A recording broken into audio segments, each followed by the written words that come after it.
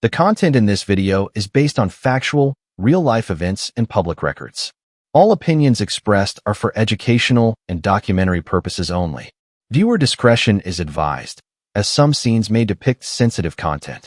This video is intended for informative purposes and complies with YouTube's guidelines. The room was still, almost unbearably quiet. The hum of fluorescent lights above the sterile walls of the execution chamber was the only sound. At 11:59 p.m., the final countdown had begun. A man in his 40s, his arms covered in intricate tattoos, a mix of prison gang symbols and cryptic personal messages, sat shackled to the gurney. His name was Thomas Bones Reynolds. He had been on death row in Texas for over 20 years, convicted of a brutal murder in Houston that had shocked the entire state. Tonight would be his last night alive.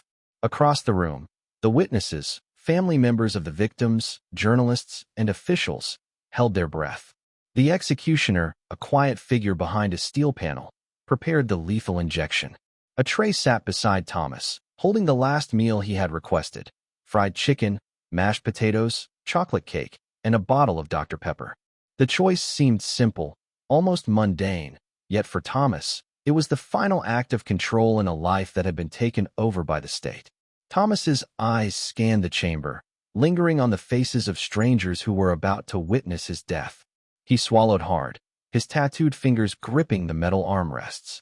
"Tell my mom I'm ready," he whispered under his breath, his voice breaking the silence. At exactly midnight, the needle pierced his arm. The first wave of chemicals surged through his veins, and his chest rose and fell slowly. The monitor beeped, confirming the heart's final rhythm. One by one, the minutes passed until it was over. The room exhaled collectively, some with relief, some with sorrow, some with a grim satisfaction. Across the country in California, another execution was taking place. Marcus "Scrap" Henderson, known for his elaborate sleeve of tattoos depicting dragons and skulls, had requested sushi, ice cream, and cola as his final meal.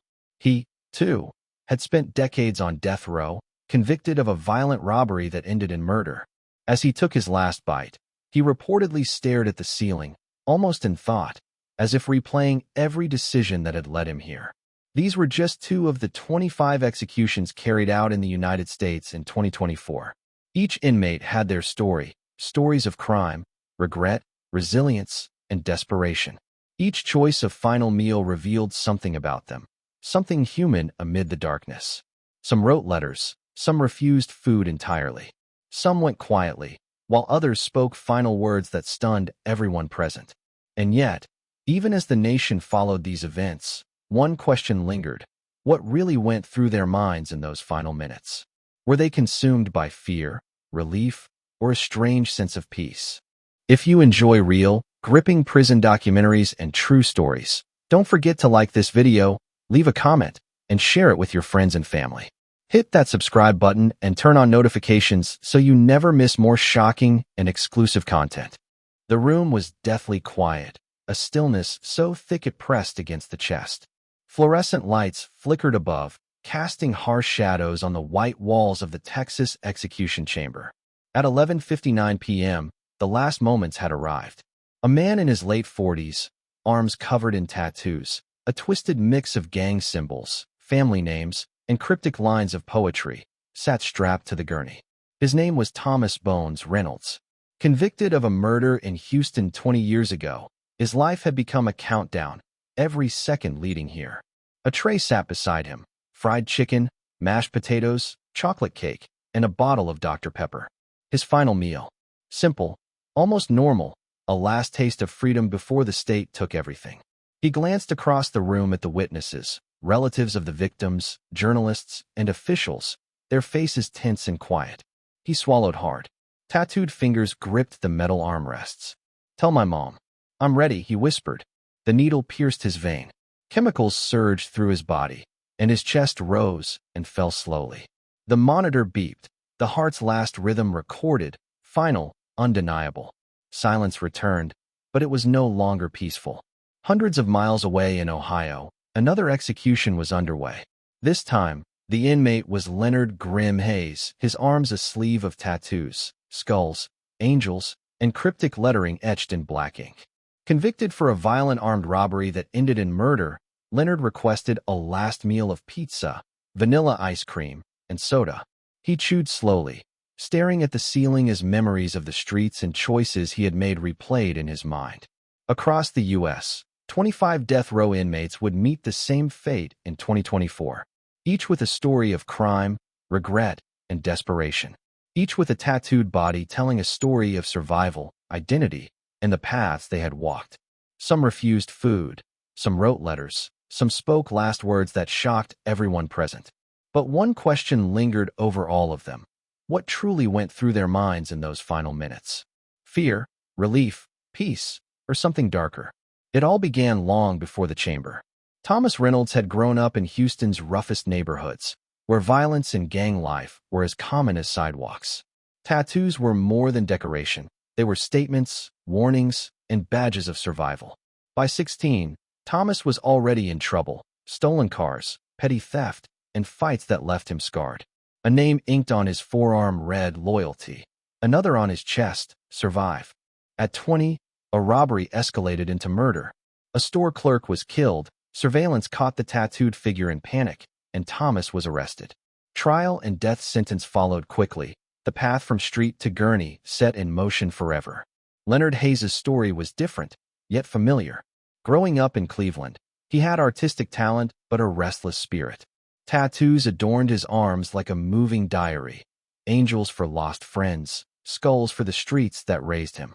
A violent robbery gone wrong landed him on death row. In prisons from Texas to Ohio, Florida to Arizona, the pattern repeated. Men with tattooed bodies, lives defined by choices that led to death row. And yet, their last meals revealed glimpses of humanity. Ice cream, fried chicken, pizza, soda, simple comforts in the shadow of the ultimate punishment. In 2024, 25 inmates would face this fate. Their final words recorded, meals documented, and lives analyzed. Yet behind every number, every statistic, was a human being wrestling with survival, reflection, and dignity. And yet, for Thomas, Leonard, and all the others, one question haunted every second. What does it feel like to stare at the end, knowing the world is holding its breath, waiting for the needle to fall? The sun had barely risen over Houston when Thomas Reynolds' life began to spiral toward the darkness that would eventually claim him. The neighborhood was quiet, the kind of quiet that comes just before chaos erupts.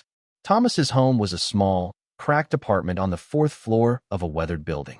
His mother worked 2 jobs, leaving him to navigate the streets on his own.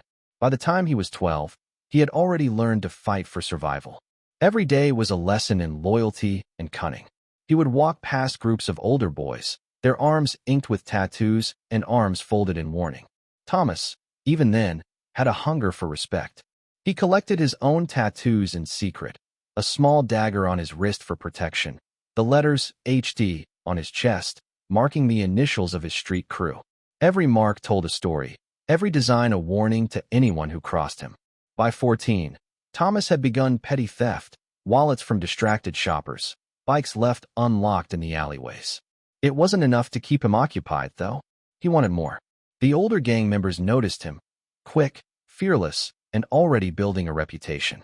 They pulled him in, and by 15, Thomas was running errands for them, carrying messages, guarding drugs, even holding weapons. His tattoos multiplied as fast as his misdeeds, each one marking a deeper commitment to a life he knew was dangerous. Then came the night that changed everything. It was a humid Thursday, the kind where sweat clings to your skin no matter what. Thomas and 2 others were casing a convenience store on the corner of Main Street. It was a small store, the kind where the cashier could count all the bills in 5 minutes. But it represented opportunity, a way to prove himself. Thomas waited outside, watching the lights flicker inside. The men inside argued quietly. In the chaos, a gun was drawn. A shot rang out. Thomas froze. When the police arrived, one of the clerks was dead. Thomas was arrested within hours. His tattooed forearm, now covered in new ink, a snake coiled around the word survive, trembled as he was led to the patrol car. The trial was fast. Witnesses identified him. Surveillance cameras captured his movements. The jury deliberated for less than a day. At 20, Thomas Reynolds was sentenced to death. In the courtroom, he hardly blinked. He stared straight ahead, the tattoos on his arms telling the story he refused to speak aloud. Fear, defiance, survival. Meanwhile, in Cleveland, Leonard Hayes's path to death row unfolded in a different way. Leonard had grown up in a small house at the edge of the city, one of 6 children.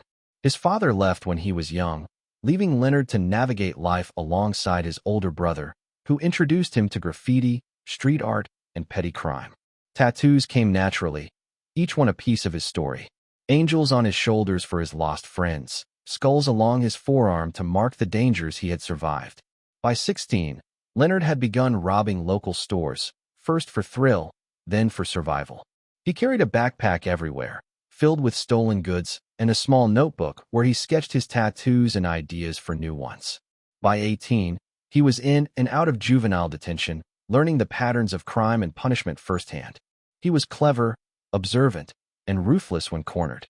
The crime that sealed Leonard's fate happened on a rainy March night. He and 2 friends planned a robbery at a small corner store. Leonard had drawn detailed sketches, mapping out exits and potential witnesses. When they entered the store, everything seemed to go according to plan. But a clerk resisted. Shots were fired. Leonard fled the scene, but the police were waiting. His tattoos, his face, all documented in surveillance and photographs, left him no hiding place. Convicted of murder and armed robbery, he was sentenced to death at 22. Back in Texas, Thomas adjusted to life on death row. The prison walls were unforgiving. Cells were cold, lights never fully turned off, and the guards moved like ghosts. Tattoos, once symbols of power, now marked him as another inmate among many. Some stared at his arms, others ignored them. He learned quickly, respect came from control, from knowing the rules better than anyone else. He met men like Walter Chains McBride, a lanky inmate with a sleeve of broken chains tattooed down his right arm. Chains had been on death row for over a decade and had seen dozens of executions. He told Thomas about the process, the waiting, the final meals, the last words, everything that no one outside could imagine. "It ain't about fear," Chains said one night, leaning against the bars. "It's about accepting what's coming. Some guys fight it. Some guys just watch it happen." Thomas tried to follow that advice. He spent hours reading letters from family, drawing symbols on scraps of paper, and tracing his tattoos with his fingers. Each line, each curve, became a lifeline, a way to keep some sense of identity when everything else had been stripped away. Leonard's experience was similar. In Ohio, he formed bonds with other death row inmates, men whose bodies were as heavily inked as his own. Tattoos became a language. Angels, skulls, dragons, daggers. Every mark represented survival, memory, or warning. They shared stories about the crimes that brought them here, about lost loves, about streets that had chewed them up and spat them out. Despite the horror of their circumstances, Thomas and Leonard clung to small comforts. The routine of meals, the fleeting freedom of the yard, the quiet hours of reading and writing. These moments gave them space to reflect. Sometimes they talked about their families, other times they talked about regrets. Thomas often wondered if he could have done things differently, if he could have stayed away from that fateful night in Houston. Leonard wondered the same about his choices in Cleveland. But nothing could erase the knowledge that the execution chamber awaited. Every visit from guards, every shift in the warden's office, reminded them. The dates were scheduled, final meals requested, last words written. Every step forward brought them closer to the moment they could no longer control anything. And yet, even with the shadow of death looming, there were moments of unexpected humanity. Guards would sometimes engage them in conversation. Family members would visit, bringing small gifts or letters from home. In those moments, Thomas and Leonard were not inmates, not statistics, not killers. They were human beings, flawed, tattooed, and complex. The tension of waiting became unbearable when the execution date approached. Thomas felt it like a storm inside him, unpredictable and relentless. Sleep was fleeting. Every noise in the cell echoed like a warning. Leonard experienced similar sleepless nights, staring at the ceiling, counting the tattoos on his arms, memorizing every symbol, as if the ink itself could anchor him in a world that was slipping away. Finally, the day arrived. The guards moved Thomas to the chamber with a professionalism that hid no emotion. Leonard followed weeks later in Ohio, his tattoos visible even under the plain white jumpsuit. In both states, the process was the same. A last meal, a chance for final words, a moment of quiet before the irreversible. And though both men had walked drastically different paths to this point, Thomas from Houston streets to violent robbery, Leonard from Cleveland alleys to armed robbery gone wrong, the moment they faced the chamber was identical in its inevitability. As Thomas was strapped to the gurney, he thought of the streets, the tattoos, the fleeting moments of control he had clung to. Leonard thought of the sketches, the angels, the friends he had lost. They had both lived lives marked by choices, each decision inked onto their bodies in a permanent record of survival. And yet, the most difficult part of all awaited. The final minutes, the last taste of food, the last words spoken to a world that had watched them fall from grace. As the witnesses filed into the chamber, cameras and pens ready, the room held its breath. The tension was palpable, thick enough to choke. One question lingered in everyone's minds. How does a man face death, knowing every choice he made brought him here, every tattoo a reminder of who he once was, and every moment of life now slipping away? In those minutes, all pretense fell away. Fear, reflection, regret, they all collided. And yet, somewhere in the chaos of thought and memory, Thomas and Leonard clung to one final hope, that even in death, they could leave behind a fragment of humanity, a story worth remembering. The corridor leading to the execution chamber was sterile and cold. The air carried a faint metallic scent, mixed with the anxiety of anticipation. Thomas Reynolds walked slowly, his tattooed arms hanging stiffly at his sides. Each step echoed against the concrete walls. He had seen this corridor countless times in his dreams, a tunnel he could never escape, no matter how fast he ran or how many choices he imagined undoing. In the holding cell before the chamber, the last meal tray was set on a small stainless steel table. Fried chicken, mashed potatoes with gravy, chocolate cake, and a bottle of Dr. Pepper, the foods Thomas had requested, each bite a tiny reclaiming of normalcy. He ate slowly, methodically, as if trying to memorize every flavor, every texture, knowing it was the final experience of taste he would ever have. The guards remained quiet, their expressions unreadable. In this world, no one could afford emotion. Only control mattered. Thomas traced the outline of a dagger tattoo on his forearm, the ink now faded with age and time spent behind bars. Each line was a memory of a life that had begun violently, spiraled chaotically, and now ended here. As he finished the last bite of chocolate cake, he closed his eyes for a moment, trying to summon courage. Across the country in Ohio, Leonard Hayes sat at a similar table, his last meal a slice of pizza, a scoop of vanilla ice cream, and a can of cola. His eyes wandered over the angels tattooed on his shoulders. They had always been symbols of protection, reminders of those he had lost along the way. Now they seemed to stare back at him, offering silent comfort. In both chambers, witnesses were present, family members of the victims, journalists, and officials. Cameras recorded every detail. The atmosphere was heavy with anticipation, the kind that presses against the skin and makes every breath feel measured, deliberate. For some, it was relief. For others, sorrow. For the inmates themselves, it was a quiet confrontation with mortality. Thomas swallowed hard and asked for a pen and paper one last time. He wrote a simple note. I am sorry. I never wanted this life. Remember me, not for what I did, but for what I could have been. Folding it carefully, he handed it to the guard, who nodded and placed it in the official records.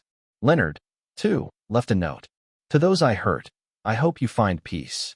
To my family, I love you. Then came the moment everyone had been waiting for. Thomas was led to the gurney. Strapped in, the cold metal pressing against his chest, he could hear the faint hum of fluorescent lights and the quiet breaths of those around him. The needle waited, the lethal combination of chemicals ready to end his life. He raised his eyes and looked at the witnesses, taking in every detail. The worried mother, the journalist jotting notes, the official recording the moment for history. Then he spoke, his voice low but steady. I'm ready. The chemicals entered his bloodstream. His body reacted slowly at first, a tightening in his chest, a flutter of panic that he fought to suppress. The tattoos on his arms seemed to move with him, a final reminder of a life marked by choices, mistakes, and survival. The heart monitor beeped steadily, then faltered. Minutes passed like hours. In those moments, Thomas's mind replayed his life, the streets of Houston, the fights, the friendships, the betrayals. And finally, as the monitor flatlined, it was over. Across the country, Leonard faced the same finality. He took his last bite of pizza, then ice cream, savoring each taste with a kind of calm focus that surprised even the guards. He traced the angel tattoos on his shoulders with his fingers, a silent goodbye to the life he had lived. As the lethal injection flowed into his veins, he whispered words that barely carried beyond the chamber. "I am sorry. I hope you forgive me." The room was silent, except for the beep of the monitor marking the end of a life. Outside the chambers, families of victims struggled with mixed emotions. Some had waited decades for this moment. Some had prayed for peace. Some cried for closure they still couldn't fully grasp. Journalists wrote down every detail, careful not to sensationalize, but aware that these were moments the public would remember. And yet, beyond the facts and figures, the final meals and last words, there was a humanity that no one could quantify. Each of the 25 executions in 2024 followed a similar rhythm. Men, heavily tattooed, faces marked by life's choices, entering chambers with quiet dignity or visible fear. The process was methodical, yet each story behind the tattoos and behind the crimes was unique. Some refused food entirely. Some recited prayers. Some laughed quietly at memories only they could see. Each final meal was a window into their humanity: fried chicken, pizza, ice cream, sushi, steaks, or simple sandwiches. In Alabama, a man known as Chains requested only a can of cola and a slice of apple pie. He wrote a note: "I am ready to face what I deserve." In Arizona, a younger inmate with a sleeve of tribal tattoos asked for his mother's favorite dish, a last connection to a family he had largely abandoned. In Pennsylvania, a man with a skull tattoo covering his forearm took a moment to smile at the guards who had known him for decades, acknowledging the small human bond even in the shadow of death. These moments were fleeting, yet profoundly human. The choice of food, the last words, the way a man held his own hand or looked at the witnesses, they revealed everything about the person that history, statistics, and prison walls often tried to erase. Back in Texas, the chamber emptied slowly after Thomas's execution. Guards moved efficiently, cleaning and resetting. The note he left would eventually be delivered to his family. His tattoos, once a mark of defiance, had become a record of life, a story told silently in ink, skin, and memory. Leonard's chamber in Ohio followed the same ritual, every detail documented, every small act of humanity preserved. And yet, the question remained for those who watch from the outside. What truly goes through the mind of a man facing death, knowing the choices that led him here are irreversible, that the world is waiting silently for his final breath? For Thomas and Leonard, the answer was complicated. There was regret, yes. Fear, yes. But there was also reflection, an acknowledgement of mistakes, a recognition of small victories, and a hope that even in death, something of them could remain human. In the hours following the executions, prison staff reflected on the weight of the process. Families of the victims grappled with closure they had long sought, but still found incomplete. And across social media and news outlets, people debated the morality, the justice, and the humanity of it all. Every detail was dissected: the tattoos, the meals, the last words. But beneath the public discussion lay a truth no one could measure: the quiet, internal world of the men who had lived and died with choices that had defined their fate. In 2024, 25 men met this fate, each with their tattoos, their meals, their words, each with a life that had led inexorably to this moment. And yet, for those who survived to witness or record it, one question lingered long after the chambers emptied. What is the line between justice and humanity? Between punishment and remembrance? And how do we honor the story of a man in the moments that define the end of his life? The chamber lights went out. The halls were empty. But the stories of Thomas Reynolds, Leonard Hayes, and the others remained. Indelible, tattooed on memory, echoing in quiet rooms where the world would remember them long after the meals were eaten, the last words spoken, and the doors closed forever. The halls of death row were quieter than usual. The executions of Thomas Reynolds in Texas and Leonard Hayes in Ohio had left a weight in the air that even the guards could feel. Inmates paced their cells slowly, eyes fixed on the walls, tattoos twitching like silent reminders of choices and consequences. Some whispered to each other in low tones, trying to process what they had just witnessed. Some stared at the ceiling, replaying the faces of men they had shared meals with, stories with, years with. In the holding area, an inmate nicknamed Ricky Chainsaw Morales traced the faded ink on his forearms. Skulls, crosses, and tribal symbols stared back at him as if warning him of what awaited. He had watched the executions from behind a reinforced glass partition. He saw the last meals eaten, the calm or trembling of men facing the end. He heard the last words, some brief, some rambling, all heavy with finality. And he wondered, not for the first time, how close he might be to walking the same path. Outside, in the world beyond the prison walls, reactions were immediate. News outlets in the US, Canada, and the UK reported the events with meticulous detail.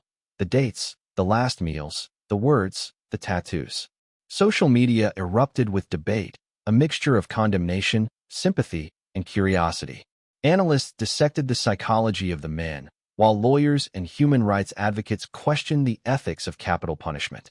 Every tattoo, every choice of last meal, every whispered word became a symbol in the larger discussion about justice and morality.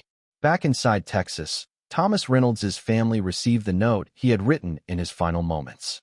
His mother, sitting in the small waiting room reserved for relatives, opened the envelope with trembling hands. She read the simple words, each one carrying decades of pain and regret. I am sorry. I never wanted this life. Remember me, not for what I did, but for what I could have been. Tears ran down her face as she clutched the paper to her chest. She had lost a son, but she held on to the words as a last connection, a fragile reminder of the boy he had once been. Leonard Hayes' family in Cleveland experienced a similar moment. His younger sister opened his note. To those I hurt, I hope you find peace. To my family, I love you. Her hands shook as she read the words aloud to her mother. The weight of decades of absence, of fear, and of anger lifted for a brief moment, replaced by a strange mixture of sorrow and relief. In the prisons themselves, the emotional ripple effects were undeniable. Guards spoke in hushed tones about the executions, the heaviness of witnessing a man die even when justice demanded it. Many admitted to sleepless nights afterward, haunted by the tattoos they had seen, the meals that had been eaten, and the last words that still lingered in the air. Veteran officers, hardened by years on death row duty, admitted that the human side of the process never truly left them. For the remaining inmates, the executions were a stark reminder of the clock ticking relentlessly. Some, like Ricky Morales, spent hours tracing their tattoos, wondering if their own designs could tell a story that would survive them. Others turned to religion, reading the Bible or Quran, murmuring prayers for themselves or those they had wronged. The final meals and words of Thomas and Leonard became legends among the cell blocks, whispered with awe or fear. Bones went like a man, one inmate said quietly. Grim. He faced it like he always said he would. Makes you think. At the media level, commentators tried to make sense of the patterns. In 2024, 25 men had been executed across various states. Analysts compared ages, crimes, backgrounds, and last meal choices. Psychologists examined the effect of tattoos on behavior, how symbols of survival or power shaped the identities of men on death row. Writers debated whether last meals were acts of defiance, comfort, or control. Some journalists focused on the emotional narratives, exploring the humanity that remained in the shadow of violence. Meanwhile, families of victims grappled with the aftermath. Some felt closure, decades of grief finally punctuated by the finality of the executions. Others, however, were left with a hollow satisfaction, realizing that no act of punishment could erase the pain, the memories, or the lost lives. In some cases, the presence of media amplified the emotions, a reminder that private grief had become public spectacle. Back in Ohio, Leonard Hayes' cell remained empty, a silence heavier than any before. The guards noted the absence of energy, the emptiness left by the man who had once dominated conversation, whose tattoos had told stories of defiance and survival. In Texas, Thomas Reynolds' cell was stripped, sanitized, ready for the next inmate. Yet the memory of him lingered, etched in the walls, in the minds of those who worked there, and in the conversations of those still on death row. Some inmates began planning. Not escape. No one seriously believed that was possible, but strategies for coping. How to survive the psychological weight of knowing their last meal and last words would one day be documented for the world to see. How to make their tattoos, their identity, their final moments speak something of themselves.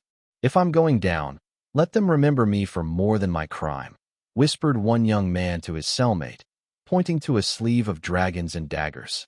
"These tattoos, they're my story, and I'll make sure the world sees it." The tension in the prisons continued to build. Each day, new letters arrived from lawyers, families, and activists. Some inmates found solace in the small human interactions that were still allowed: a shared meal, a whispered conversation, a look through the bars of the yard. Yet underlying it all was a constant awareness of mortality. Each man knew his own day might come soon, and the weight of anticipation was almost unbearable. Meanwhile, public opinion was polarized. Some citizens saw the executions as justice finally served, a proper response to violent crime. Others questioned the morality, the humanity, and the long-term effects on families, communities, and the prison staff tasked with carrying out the sentences. Newspapers published editorials debating whether lethal injection, the final meals, or last words truly reflected the nature of justice or simply human fascination with death. In Texas, Leonard Hayes' story had already become a case study for criminal psychology students, journalists, and writers. His tattoos, his meals, and his final words were analyzed in classrooms and online forums. Some commentators focused on redemption, others on punishment. For Thomas Reynolds, debates raged about morality, guilt, and the human cost of crime and consequence. The ripple effect continued in subtle ways. Guards who had witnessed the executions began mentoring new staff on the psychological toll of death row duty. Therapists offered counseling to inmates struggling with anxiety over upcoming executions. And in the silence of cell blocks, men traced tattoos, wrote letters, and talked quietly with those around them, preparing for the day they too would face the same ultimate judgment. Despite the executions being over, the stories were far from finished. Every tattoo, every note, every last meal remained a symbol of lives ended yet remembered. The chambers were empty, but the emotional weight carried on. Prisons, families, and the public all grappled with the same question: what is the cost of finality? And how does one measure humanity in the final act of life taken by the state? For the inmates still alive, the executions were a stark warning and a grim reality check. They walked the halls differently now, quieter, more reflective. Tattoos no longer symbolized just survival or defiance. They became reminders that choices mattered, that time was fleeting, and that the world outside was always watching. As night fell over Houston and Cleveland, the cells were still, the hallways empty, and the chambers dark. Yet in the silence, the stories of Thomas Reynolds, Leonard Hayes, and the other executed men lingered, whispered among those still on death row, debated in households across the country, analyzed in classrooms and courtrooms, and remembered in small, private moments by families and friends. And somewhere in that quiet, the remaining 23 men still on death row wondered, as they traced tattoos, wrote letters, or stared at the ceiling: when will it be my turn? What will my final meal be? What will I say? And will anyone understand me before the world closes its eyes on me forever? The first light of dawn crept into the cells of death row, spilling across the faded tattoos of men who had spent decades learning, surviving, and waiting. 23 inmates remained, each marked with ink that told stories the world could only guess at. The executions of Thomas Reynolds in Texas and Leonard Hayes in Ohio were now a memory, yet their impact lingered, a shadow stretching across every corridor, every cell, every whispered conversation. Ricky Chainsaw Morales sat on the edge of his bunk, tracing the patterns on his forearm: skulls, daggers, tribal swirls. He had watched the last two men go through the process, their meals eaten, their last words spoken. The finality of it weighed on him like a stone in his chest. Tattoos he had once worn as symbols of defiance now seemed to mock him, reminding him that every choice led here. And for the first time in years, Ricky wondered if survival alone was enough to matter. In Texas, Families of victims grappled with the mixture of relief, grief, and unresolved emotions that followed executions. Some felt closure, a long-awaited end to decades of pain. Others realized that no act, no matter how final, could erase memories of lost loved ones or undo the suffering caused by violent crimes. The human cost was immeasurable, not just for the men executed, but for the people left behind, for the prison staff, and for society itself. The media coverage lingered, replaying every detail: the tattoos, the meals, the last words, the calm or trembling of men facing death. Across the US, UK, and Canada, viewers debated morality, justice, and the psychology of lethal punishment. Experts analyzed patterns, lawyers questioned legality, and the public wrestled with complex emotions: satisfaction, horror, curiosity, and empathy. Even as the world moved on, the images and stories of these men, inked, human, flawed, remained etched in memory. In Ohio, Leonard Hayes' younger sister folded the note he had left. "To those I hurt, I hope you find peace. To my family, I love you." She kept it close, a small fragment of connection in the face of unimaginable loss. For many families of inmates, the notes and the tattoos, the last meals and last words, were all they had left, a window into the humanity that persisted even in the shadow of death. Back on death row, the remaining men prepared themselves in quiet ways. Some wrote letters, crafting messages to family or the world. Some traced tattoos over and over, each line a memory, a story, a warning to themselves or others.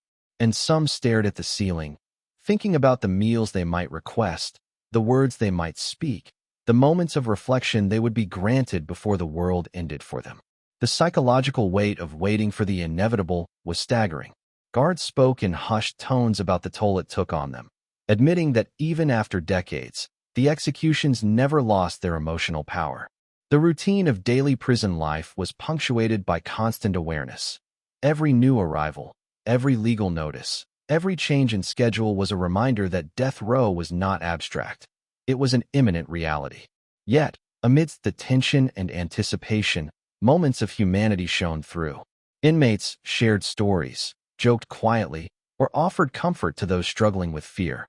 Tattoos, once symbols of defiance or affiliation, now served as bridges, a language understood only by those who had endured the same experiences. Ink became memory, identity, and legacy. The legal aftermath continued. Lawyers, activists, and families examined every detail of the 2024 executions, questioning processes, fairness, and ethics. Court cases were filed, appeals discussed, and debates continued about the morality of lethal injection and the very nature of capital punishment. In classrooms, criminologists and psychologists dissected the events, studying behavior, mindset, and the complex interplay of violence, regret, and humanity. And across the country, the public engaged in the quiet, persistent struggle to understand what drives a man to crime, what shapes a life that ends on death row, and what can be learned from the final moments of those facing execution. Every tattoo, every meal, every whispered word was dissected, analyzed, and remembered, forming an intricate portrait of humanity at its darkest and most fragile. For Thomas Reynolds, Leonard Hayes, and the others who had already faced the chamber, the story was over. But for the remaining 23 men, it was still unfolding, a mix of fear, reflection, and quiet determination to leave some mark on a world that had largely forgotten them until their final moments. Some would resist, some would reflect, some would seek forgiveness. All would confront the same inevitability, measured not in hours or days, but in the slow ticking of time until the chamber door opened. The prison staff, too, carried forward lessons they could not unlearn.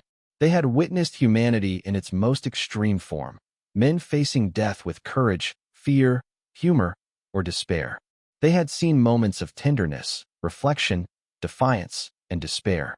And they knew that each story, each tattoo, each final meal would haunt them in ways no policy manual could predict. In the quiet of the night, as guards made their rounds and inmates lay on their bunks tracing tattoos or writing letters, one truth was clear. These executions were more than procedures, more than headlines, more than statistics. They were deeply human stories, stories of choices, consequences, and the final confrontation with mortality. And somewhere in that quiet, the remaining inmates thought about the world outside, the families, the journalists, the strangers who would read about them, the society that had shaped them. They considered the meals they would request, the words they might speak, and the tattoos that would remain long after their lives ended. Each choice became a testament, a message, a final act of identity in a world that often stripped them of humanity. For those watching from the outside, there was reflection, debate, and emotion. For those inside, there was anticipation, memory, and preparation. And for those executed, there remained only memory, a note, a meal, a tattooed story, and the echo of final words that would ripple far beyond the prison walls. In the end, the 25 executions of 2024 left a mark that could not be erased. They reminded the world of the fragility of life, the complexity of justice, and the humanity hidden within the most extreme circumstances. Tattoos, meals, and last words became symbols of identity, survival, and reflection, enduring beyond the chambers, beyond the statistics, beyond the fear. The echoes of Thomas Reynolds, Leonard Hayes, and the others who faced the ultimate sentence will remain, in memory, in discussion, and in the stories that continue to unfold on death row. The world may never fully understand the minds of men facing death, but it can remember the human fragments they leave behind. The words, the tattoos, the meals, the final moments that define the end of a life.